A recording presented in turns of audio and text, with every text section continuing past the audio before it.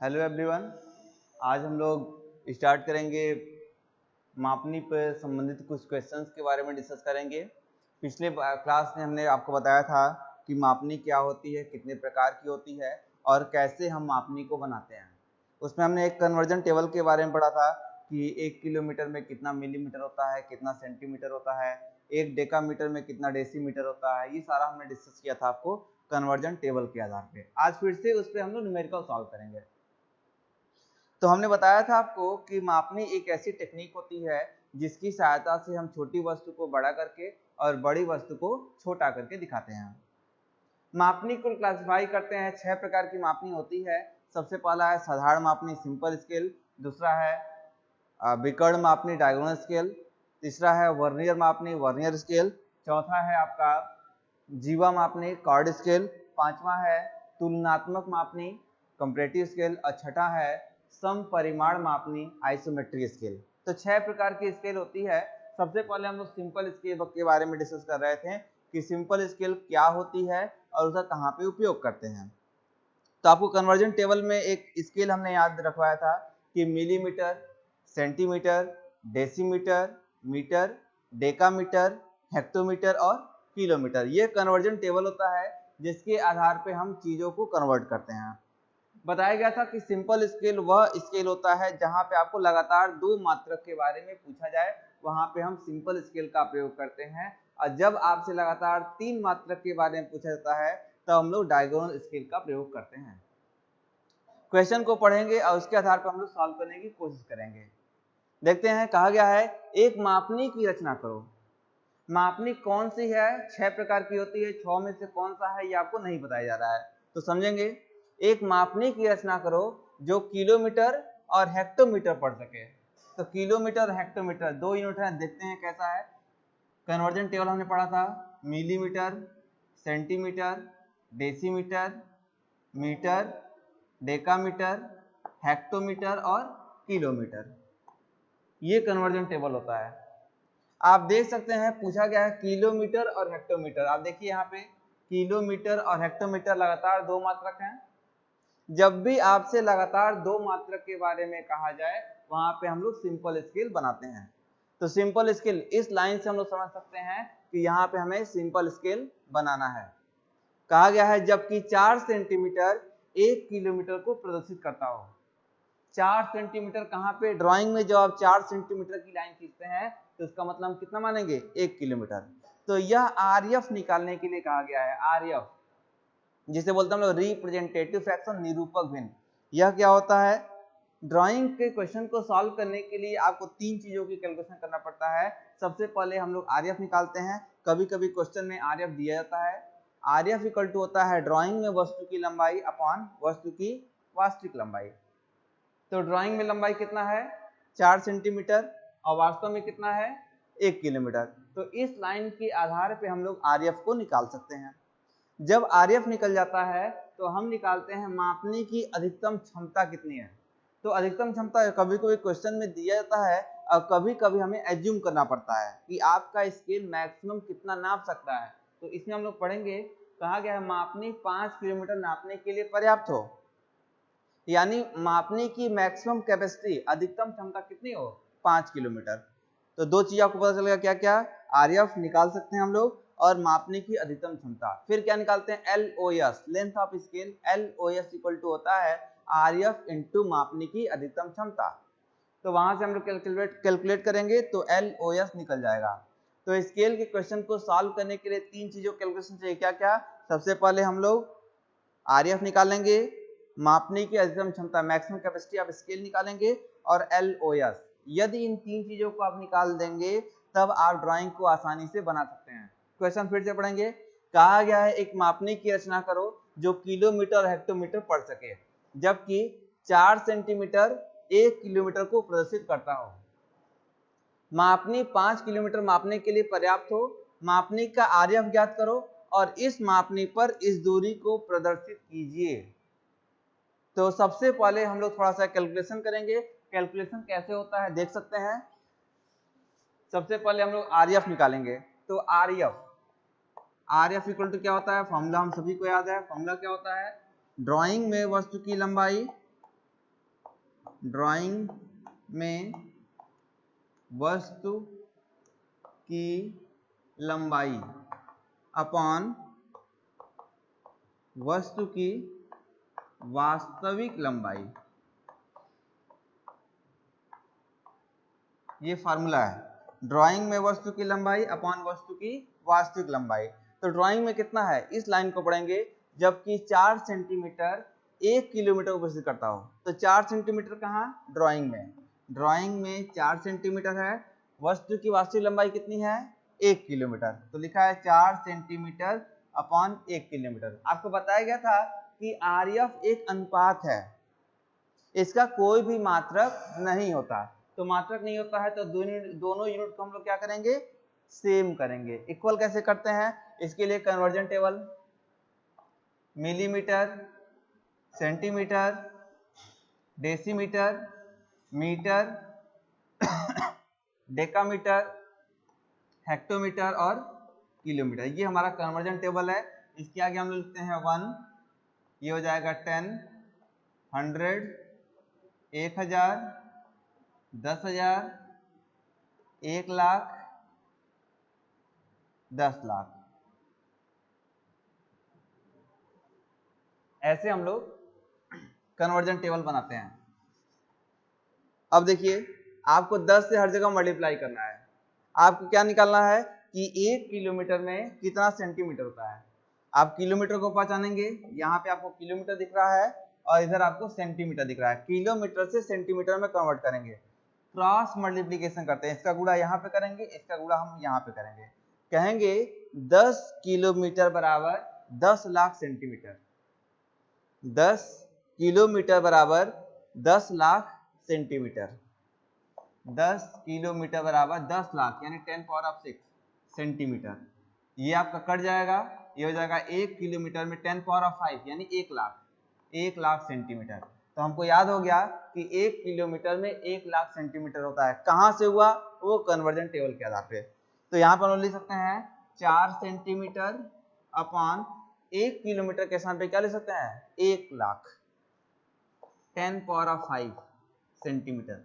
आप देख सकते हैं सेंटीमीटर से सेंटीमीटर कैंसिल हो जाएगा और यहाँ से आपका निकल जाएगा आरएफ। आरएफ की वैल्यू आप देख सकते हैं कि 1 लाख में यदि हम लोग 4 से भाग दें तो 1 लाख बट्टे 4 25,000।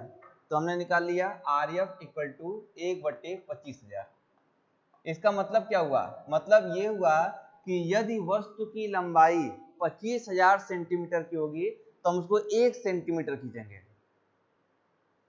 क्योंकि हमने बताया था कि ड्राइंग का काम, इस ड्राइंग में मापनी का काम होता है छोटी वस्तु को बड़ा करना और बड़ी वस्तु को छोटा करना। यानी वस्तु यदि 25,000 सेंटीमीटर की है तो हम उसको 1 सेंटीमीटर कर रहे हैं, वस्तु क्या कर रहे हैं, छोटा कर रहे हैं। तो ये आपका रिड्यूसिंग स्केल हो गया। तो ये आपका आरएफ। फिर निकालेंगे हम लोग मापने की अधिकतम क्षमता। मापने की अधिकतम क्षमता, मैक्सिमम कैपेसिटी ऑफ स्केल। मापनी की अधिकतम क्षमता कितनी है, 5 किलोमीटर। आप देख सकते हैं मापनी 5 किलोमीटर नापने के लिए पर्याप्त हो, तो अधिकतम क्षमता इसकी हो गई 5 किलोमीटर। अब हम लोग तीसरा चीज निकालेंगे क्या, LOS। LOS बराबर होता है आरएफ इंटू अधिकतम क्षमता। अधिकतम क्षमता मतलब मैक्सिमम कैपेसिटी ऑफ स्केल। तो आरएफ कितना है, 1/25,000 इंटू इसकी अधिकतम क्षमता 5 किलोमीटर।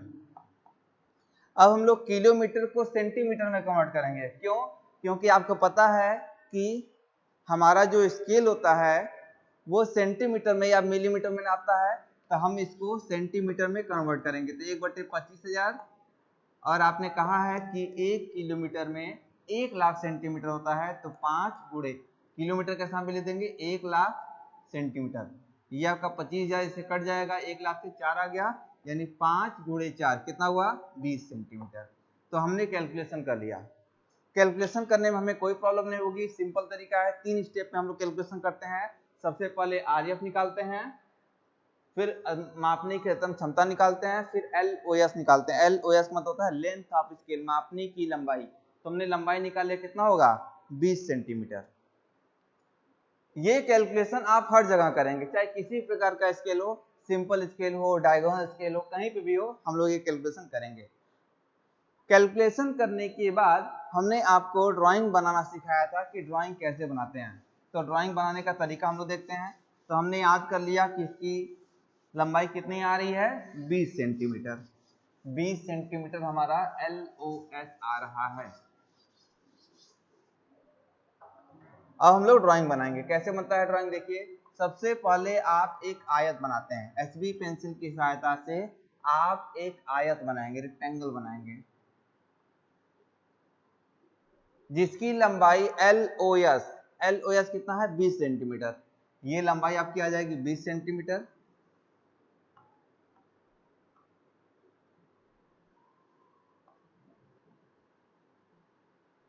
ये है आपका LOS बराबर 20 सेंटीमीटर।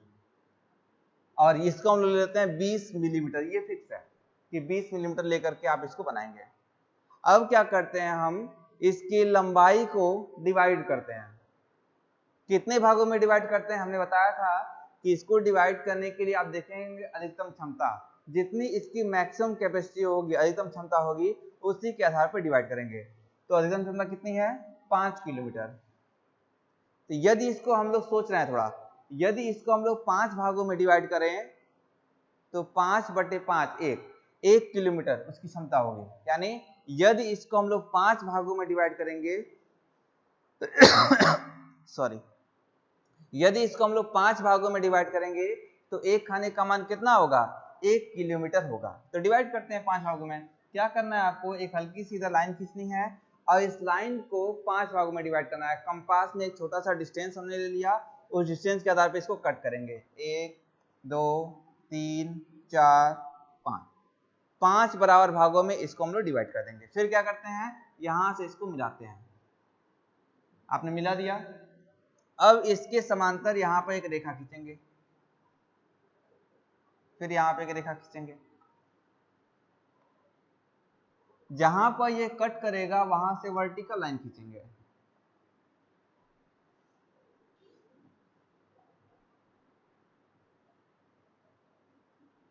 MD को इस पे सेट करके आपने ये पैरेलल लाइन खींचा, समांतर रेखा खींचा और इसको 5 बराबर भागों में डिवाइड कर दिया। यहाँ पे आपको बराबर नहीं दिख रहा है, मगर आप यदि स्केल और MD की सहायता से करेंगे तो यह आपको 5 बराबर भागों में दिखाई देगा।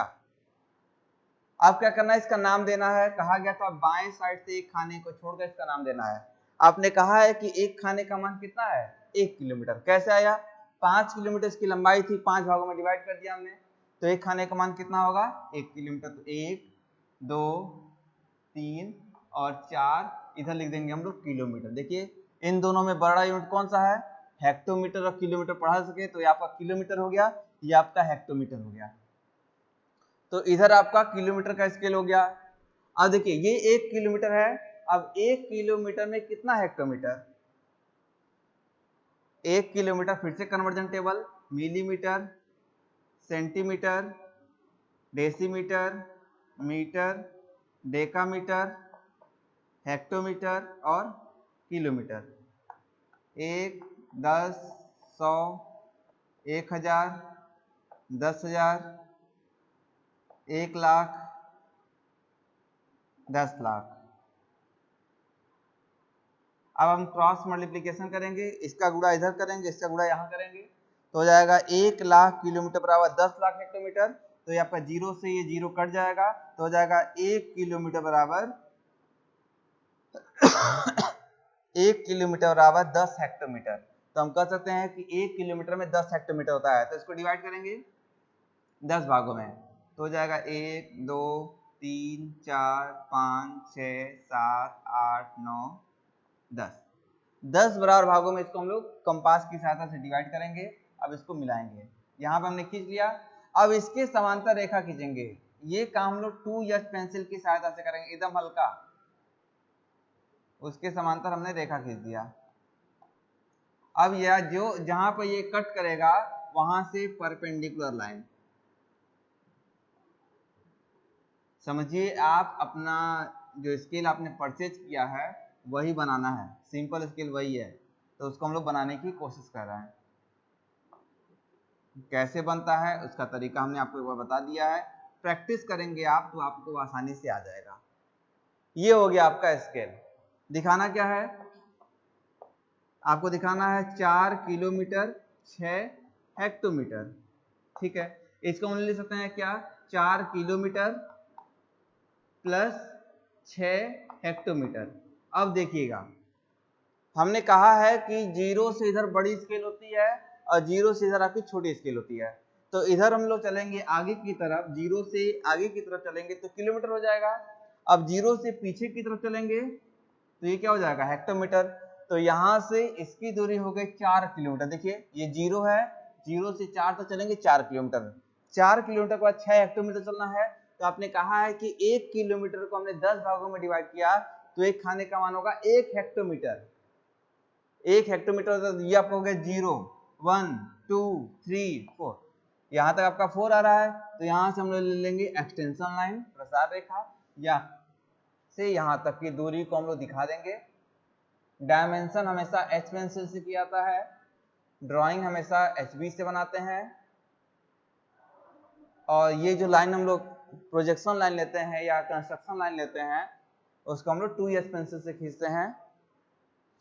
तो यहाँ पे हम लोग लिखेंगे 4 किलोमीटर 6 हेक्टोमीटर। तो ये आपका तरीका था इस क्वेश्चन को सॉल्व करने का। जब आपकी पूरी ड्राइंग बन जाती है तो डायमेंशन को दिखाने के बाद हम लोग यहाँ पे RF को दिखा देते हैं। RF इक्वल टू कितना आया था, याद कीजिए, 1/25,000। RF को हमने डिफाइन किया था, RF इक्वल टू ड्राइंग में वस्तु की लंबाई अपॉन वस्तु की वास्तविक लंबाई। तो RF हमने निकाला था, उसके आधार पर हमने ड्राइंग को बनाया है। तो एक बार क्वेश्चन को फिर से पढ़ेंगे। एक मापनी की रचना करो जो किलोमीटर और हेक्टोमीटर पढ़ सके, जबकि 4 सेंटीमीटर 1 किलोमीटर को प्रदर्शित करता हो। मापनी पर 5 किलोमीटर की दूरी को मापने के लिए पर्याप्त हो। इसका RF ज्ञात करें और इस मापनी पर इस दूरी को प्रदर्शित करें। तो हमने दिखा दिया इसको, इसमें हमें किसी को समस्या नहीं होगी। अगला क्वेश्चन देखते हैं।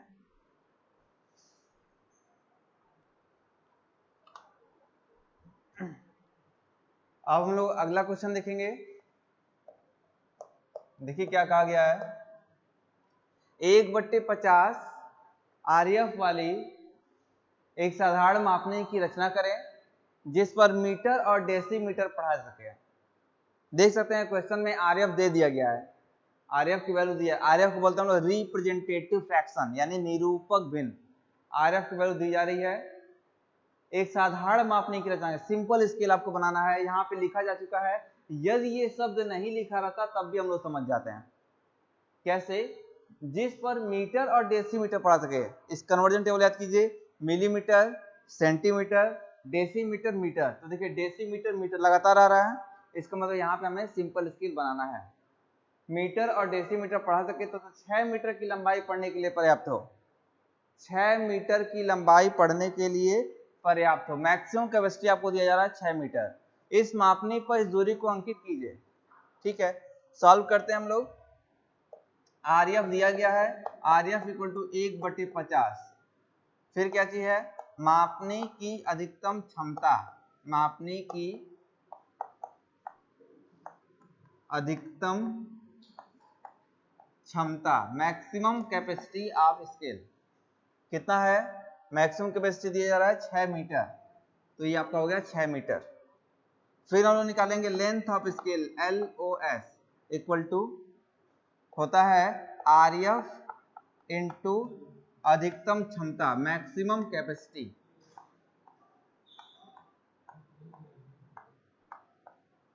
तो RF की वैल्यू दी जा रही है 1/50 इंटू अधिकतम क्षमता कितना है 6 मीटर। अब आपको याद है कि 1 मीटर में कितना सेंटीमीटर होता है, तो 1 मीटर में 100 सेंटीमीटर होता है। नहीं याद है, फिर से कन्वर्जन टेबल में जाएंगे। Millimetre, centimetre, decimetre, metre, decametre, hectometre और किलोमीटर। कई बार यदि आप इसको लिखेंगे तभी आपको याद हो पाएगा। 1, 10, 100, 1000, 10,000, 1 लाख,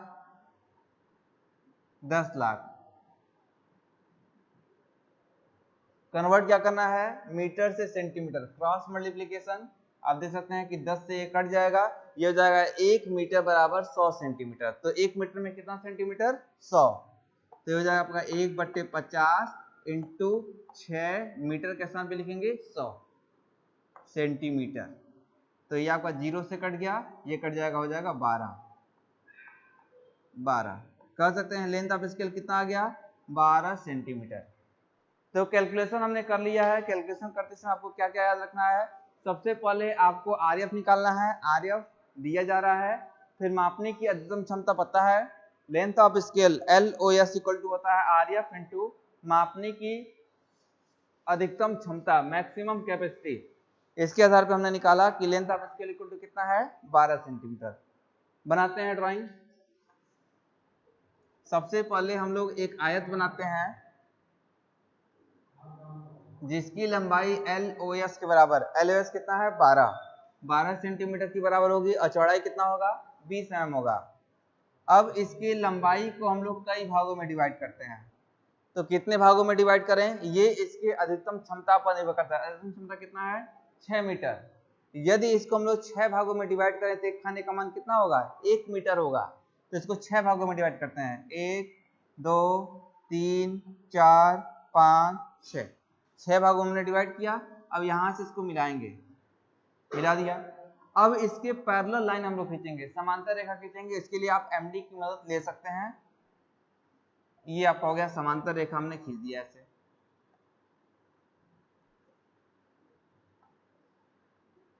जहां पर ये कट करेगा वहां से वर्टिकल लाइन,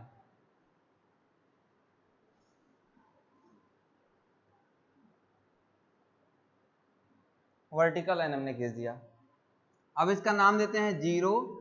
हमने कहा है एक खाने का मान कितना है, 1 मीटर। कैसे आया, अधिकतम क्षमता है 6 मीटर, 6 भागों में डिवाइड किया, एक खाने का मान 1 मीटर। तो हो जाएगा आपका 1 2 3 4 5, ये हो जाएगा आपका मीटर।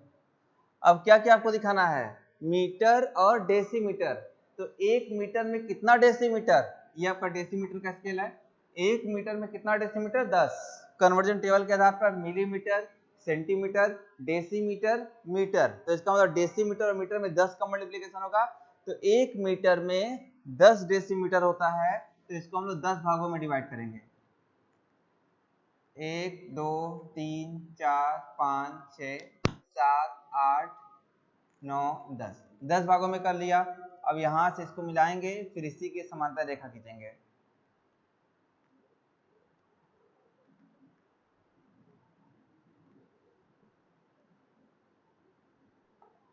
जहां पर ये कट करता है वहां से वर्टिकल लाइन खींचेंगे।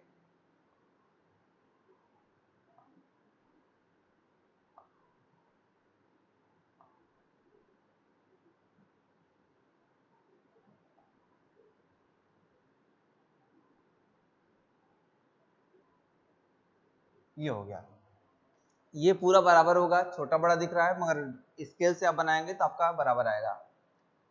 अब इसका नाम देते हैं, क्या कहा गया है, 6.4 मीटर, 6.4 मीटर। इसको हम लिख सकते हैं 6 मीटर प्लस 0.4 मीटर।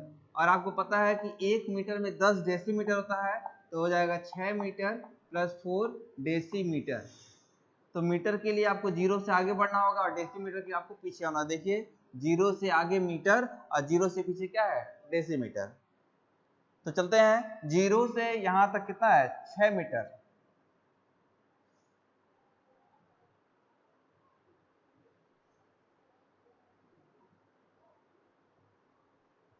सॉरी ये 6 नहीं, ये 5.4 है, 5.4। तो 5.4, तो ये आपको हो जाएगा 5 मीटर प्लस 0.4 मीटर। तो आपका हो गया 5 मीटर प्लस 4 डेसीमीटर। तो 0 से 5 ये दूरी हो गई, यानी यहां तक की दूरी कितनी होगी, 5 मीटर की होगी। फिर कितना चलना है, 4 डेसीमीटर। तो ये आपका 0 है, ये आपको हो जाएगा 1 2 3 4। ये चौथा वाला लाइन है, यहाँ से एक्सटेंशन लाइन खींचेंगे, इधर से एक्सटेंशन लाइन खींचेंगे। आप देख सकते हैं कि दूरी कितनी है, 5.4 मीटर, या कह सकते हैं 5 मीटर और 4 डेसीमीटर, तो हो गया आपका 5.4 मीटर। जब आपकी पूरी ड्राइंग बन जाती है तो आरएफ को यहाँ पे दिखाना होगा, आरएफ इक्वल टू 1/50 और लेंथ ऑफ स्केल, ये टोटल लंबाई हमने खींचा है, यहाँ से ये एक्सटेंशन लाइन खींच के एरो इधर बना दिया, इधर भी एरो बना दिया। अब इसके ऊपर डायमेंशन लिखेंगे, length of scale equal to कितना है 5 लेंथ ऑफ स्केल आया था 12 सेंटीमीटर, 12 सेंटीमीटर। किसी को कंफ्यूजन नहीं होगा, देख सकते हैं कैसे किया गया है। एक बार फिर से क्वेश्चन पढ़ेंगे, 1/50 आरएफ वाली एक साधारण मापनी की रचना करो जिस पर मीटर और डेसीमीटर पढ़ा सके तथा 6 मीटर लंबाई पढ़ने के लिए पर्याप्त हो। तो आरएफ दिया गया है, मैक्सिमम कैपेसिटी 6 मीटर दिया जा रहा है और इस दूरी को प्रस्तुत करना है। तो आरएफ दिया है, अधिकतम क्षमता दिया है, length of scale equal to RF into अधिकतम क्षमता, निकल गया। एक आयत बनाएंगे जिसकी लंबाई 12 सेंटीमीटर होगी, एलओएस के बराबर, चौड़ाई 20 एम होगी। अब इसको 6 भागों में डिवाइड करेंगे, क्योंकि 6 मीटर है, 6 भागों में डिवाइड करेंगे। एक खाने का मान 1 मीटर होगा, तो 0 1 2 3 4 5 मीटर आ गया। 1 मीटर में 10 डेसीमीटर होते हैं, तो इसको 10 भागों में डिवाइड करेंगे और एक खाने का मान 1 डेसीमीटर होगा, तो 5.4 मीटर, तो 5 मीटर और इधर से 4 डेसीमीटर, 1 2 3 4, यहाँ से एक्सटेंशन लाइन खींच दिया और इसको हम लोग प्रदर्शित कर सकते हैं।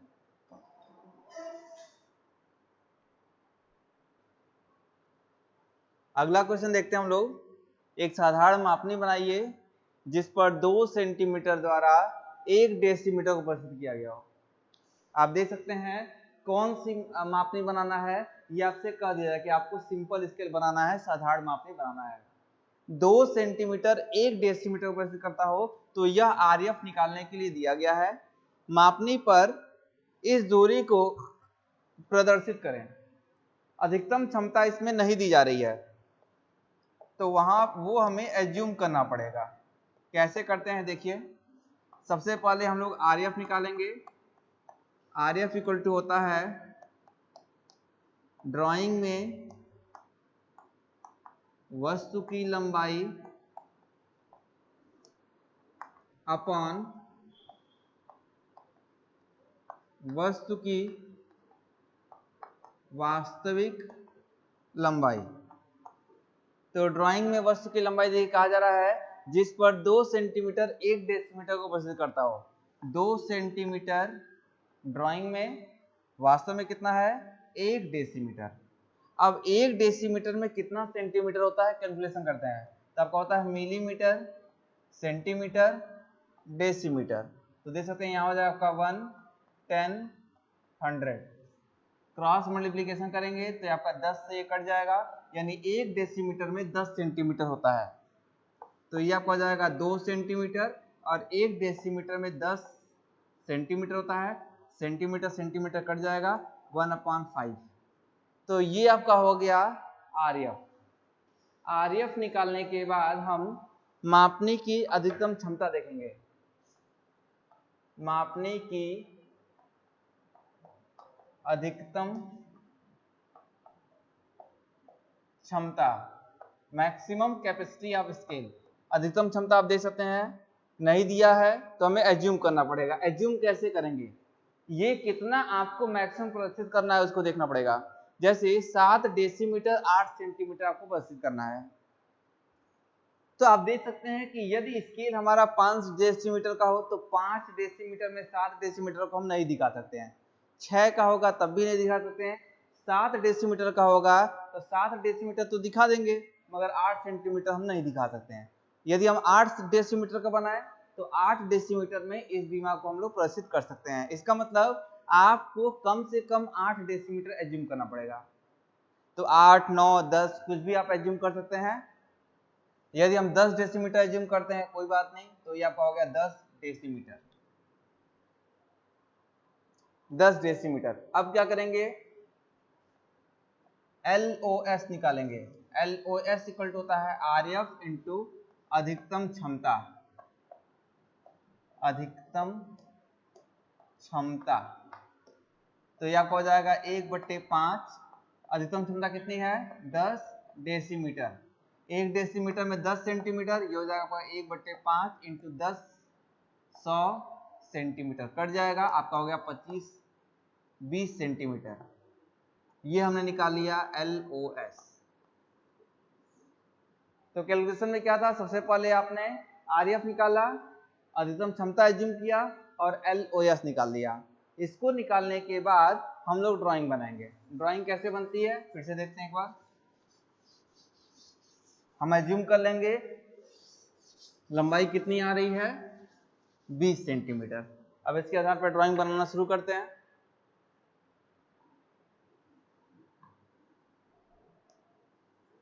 सबसे पहले आप एक आयत बनाएंगे जिसकी लंबाई 20 सेंटीमीटर होगी, LOS के बराबर होगी, और चौड़ाई कितना होगा 20 mm।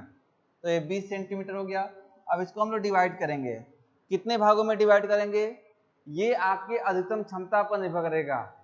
अधिकतम क्षमता हमने कितना एज्यूम किया था 10, तो इसको 10 भागों में डिवाइड करते हैं तो एक खाने का मान कितना होगा 1 डेसीमीटर। तो 10 भागों में करते हैं 1 2 3 4 5 6 7 8 9 10। अब यहां से इसको मिलाएंगे। अब इसके समांतर रेखा खींचेंगे।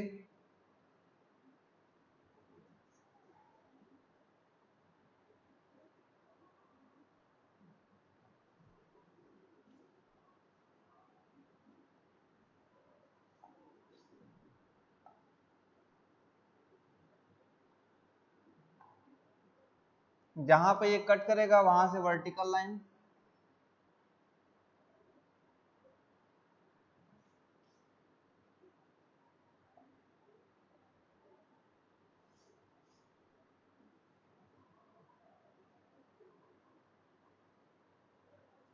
यहां से इसका नाम देंगे, एक ब्लॉक छोड़ के 10 डेसीमीटर था, 10 भागों में किया तो एक खाने का मान 1 डेसीमीटर। 1 2 3 4 5 6 7 8 9 डेसीमीटर।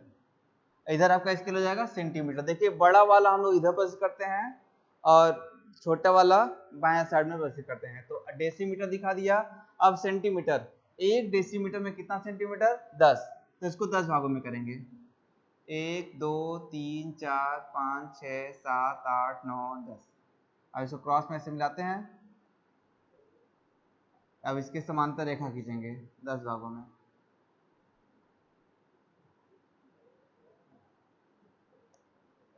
अब यहां से वर्टिकली इसको मिलाएंगे।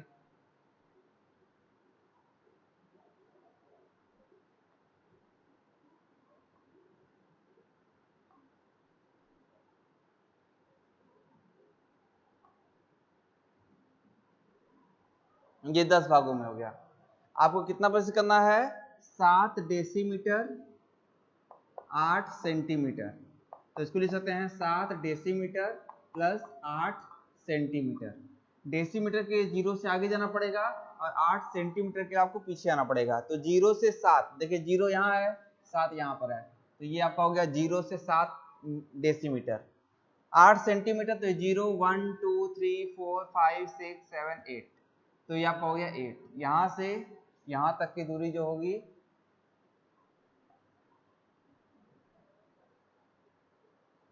ये हो जाएगा आपका 7 डेसीमीटर और 8 सेंटीमीटर। और ड्राइंग के अंत में आपको RF दिखाना पड़ेगा। RF कितना आया था 1/5 लेंथ ऑफ स्केल।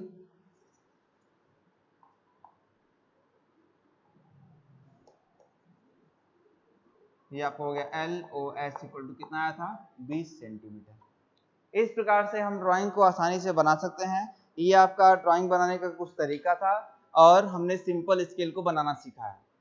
कैसे क्वेश्चन करते हैं, सिंपल स्केल का प्रयोग हम तब करेंगे जब आपसे लगातार 2 मात्रक के बारे में पूछा जाता है, तो आप सिंपल स्केल बनाते हैं। स्केल बनाने का तरीका यह है कि सबसे पहले आप RF निकालते हैं, फिर मापने की अधिकतम क्षमता निकालते हैं और अंत में आप लेंथ ऑफ स्केल निकालते हैं। LOS बराबर होता है RF इंटू मैक्सिमम कैपेसिटी, अधिकतम क्षमता।